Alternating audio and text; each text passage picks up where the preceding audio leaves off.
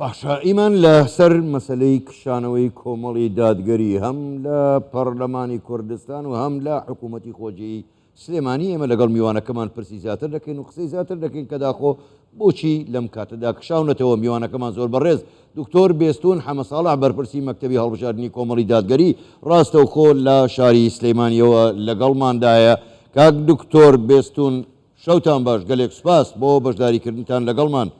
لەم گەشتەی هەواڵەکانی کوردستان 24 سەرچاوم ئەم بڕیارەی کۆمەڵی دادگەری بە کشانەوەی لە پەرلەمانی کوردستان و لە حکوومەتی خۆجێی سلەیمانی بۆچی دەگەڕێتەوە؟ بۆچی لەم کاتەدا خۆتەمەنی پەرلەمان ساڵێکی بەسەر لە تێپەڕ بوو ئەو جا درێژکرایەوە و ئەنجومەنی پارێزگای سلێمانیش زۆر دەمێکە کۆتایی هاتووە. بەڵێ بەناوی خی بەخشەدەی میهرەبان، سپاس بۆ جەنابتان و سڵاو بۆ تەواوی بینەرانی بەڕێزیش. دیارە ئێمە ئەمڕۆ کۆمەڵی دادگەری کوردستان بڕیارماندا لە تەواوی دامەزراوەکانی هەرێمی کوردستان کە سەرجەمیان ماوەی یاساییان بەسەرچەوە ئێستا لە فەراغی یاسایی بە نایاسایی درێژکراونەتەوە لە سەرجەمیان بکشێرەوە. بۆیە هۆکارەکەشی تەنیا ئەوە بۆ ئێمە لەگەڵ ئەوە نەبووین کە ماوەی یاسایی پەرلەمانی کوردستان درێژ بکرێتەوە، بەڵام بیانۆکەوە بوو لە بەرەوەی کە لایەنەکان نەگەیشتنە ڕێککەوتن پێویستە پەرلەمان درێژ بکرێتەوە بۆ ئەوەی هەمواری یاسای هەڵبژارن بکرێەوە ئامادەسازی تەواو بکرێ بۆ هەڵبژارنەکان. بەڵام بەداخەوە دوای ئەوەی کە لە 2022 تاوەکو ئێستا کە نزیکە بە 6 مانگ هیچ هەنگاوێک نەنراوە بۆ ئەوە کە هەنگاوەکان دڵخۆشکەر بن، بەداخەوە کە هەنگاوەکان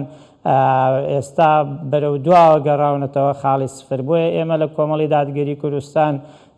بڕیارماندا بەهۆی ئەوەی کە یەکەم دامەزراوەکان تەواویان ماوەی یاساییان بەسەرچۆ، دووەم بێهیواین لەوەی کە لایەنەکان بگەنە ڕێککەوتن و هیچ لایەنێک ناتوانێت بەرژەوەندیە تەسکە حیزبیەکانی واز لێ بێنێ لە پێناو بەرژەوەندی باڵای هەرێمی کوردستان. بڕیارماندا لەو پرۆسانە بکشینەوە و چیتر درێژە بەمانەوە لە هیچ شێکێک لەو دامەزراوانەدانە دێت بەبێ جیاوازی. بەڵام کاک بێستون بۆچی ئێوە خۆشتان ئاماژەتان پێدا؟ بۆچی 6 مانگ پێش ئێستا ئەم بڕیارەتان نەدا؟ بۆچی ئێستا ئەم بڕیارەدەن؟ چی گۆڕاوە؟ بەڵێ ئێمە لە سۆنگەی پەرۆشیمان بۆ هەرێمی کوردستان، لە سۆنگەی پێکەوەی تەواوی هێزوو لایەنە سیاسیەکان کە دۆستەکانمان تەواوی لایەنەکان جەختیان لەوە کردەوە کە با پێکەوە بتوانین یاساکانی هەمواری یاساکانی هەڵبژاردن بکەینەوە و با پێکەوە بتوانین هەموو ئەو ڕێگریانی لە بەردەم پرۆسی هەڵبژاردنن لە هەرێمی کوردستان تیان پەڕێنین لایەن دێن. ئێوەش هاوکارمان بن، ئێمە بەڵێنماندا هاوکار بین و بەڵێنماندا لە ناو سەرجەبە و کارانی کە لە دەرەوەی پەرلەمان بۆ نزیکردنەوەی لایەنەکانەوە بۆ هەنگاوی دروست کە پرۆسی هەڵبژارن بەڕێوە بچێ ئێمە لەگەڵەوە بووین. بەڵام دوای ئەوەی کە ئێمە تاوەکو ئێستا وەک پاسم کرد 6 مانگ نەتوان ڕایج بکرێ، بێگومانین لەوەی کە لەم چەند ڕۆژەیش کە ماوە کە تا 8/5 پێویستە پەرلەمان هەموو کارەکانی بکردایە، پێگومانی لەوەی کە لەم ماوەیش ناتوانرێت. بۆیە چیتر ئێمە ڕێگەمان بە خۆمان نەدا کە بەردەوام بین و ڕێگەیشمان بە خۆمان نەدا کە بێدەنگ بین لەوەی کە ئەو هەموو نایاساییە کە ئەکرێت کە حکوومەت داری لە هەرێمی کوردستانە بە بۆشایی یاساییدا ڕوا و هیچ هێزێک نییە بۆ چاودێری کارەکانی حکوومەت، هیچ شەرعێتێکی تەمەنی پەرلەمان نییە. بۆیە بە دوای دیراسەیەکی ورد، دوای ئەوەی کە ئێمە هەموو ئەو هەنگاوانی کە نامان ئەمڕۆ ئەو بڕیارەمانداوە، بڕیارەکەش پێمان وایە بڕیارێکی تەواو دروست لە جێی خۆیە و هیچ ناتەواویەکی تێدا نابینین. دکتۆر بێستون، یعنی دەمێکە دەڵێن هەندێک لایەن دەستی کردووە بە بانگەشەی هەڵبژاردن لە ئێستاوە، بەڵام ئێوە کشانەوەی خۆتان بە دواکەوتنی جارێکی تری هەڵبژاردنەکان دەنرخێنن یانژی ئەوە هەڵدەسەنگێنن.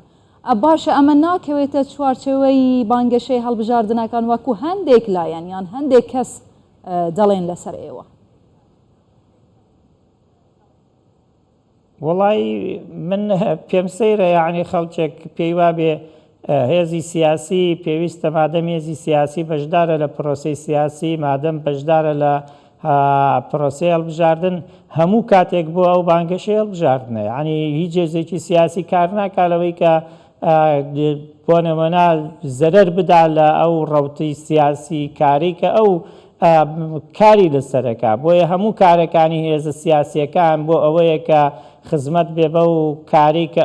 ئەو ئامانجانەی هەڵی گرتووە و ئەو ئامانجانە ئێوێ بێنێتە دی بۆیە بە بڕوای من هەموو کاتەکان بۆ هێزی سیاسی بەشدار لە پرۆسەی سیاسی و هێزی سیاسی ئامانجدار بۆ ئەوەی کە بەڕێگەکانی هەڵبژاردن بگاتە پرۆسی سیاسی هەموو کاتەکان بۆ ئەو بانگەشەی هەڵبژاردنەوە هەموو کارەکان یەچێتە خزمەتی بانگەشەی هەڵبژاردن نەوەک کاتێکی دیاری کراوە بۆیە بە بڕوای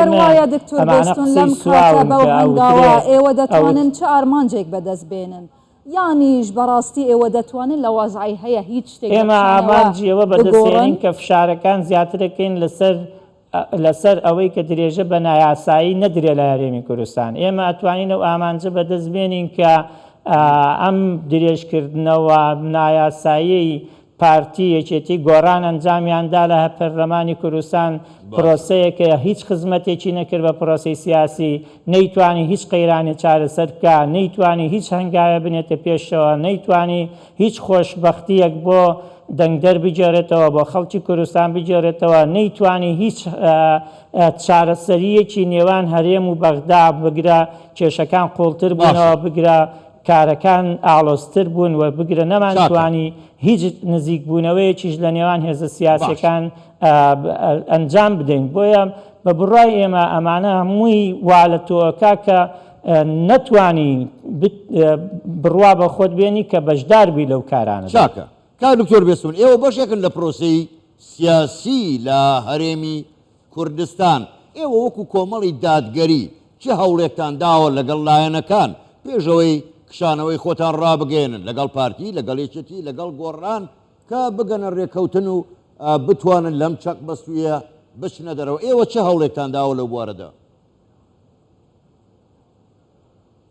وەڵا حەزەکە بۆ پرسیارە لە هەموو لایەنەکان بکەی کە ئێمە چه هەوڵێکمان داوە بەڵام بە کورتی و پوختی ئێمە پەرۆژ بووین بۆ ئەوەی کە پرۆسەی سیاسی نەگاتە ئەم قۆناغە کە قۆناغی بنبەستی تێدا ڕابگەێنین ئێمە پەرۆژ بووین بۆ ئەوەی کە لایەنەکان لێک نزیک بنەوە پەرۆژ بووین بۆ ئەوەی کە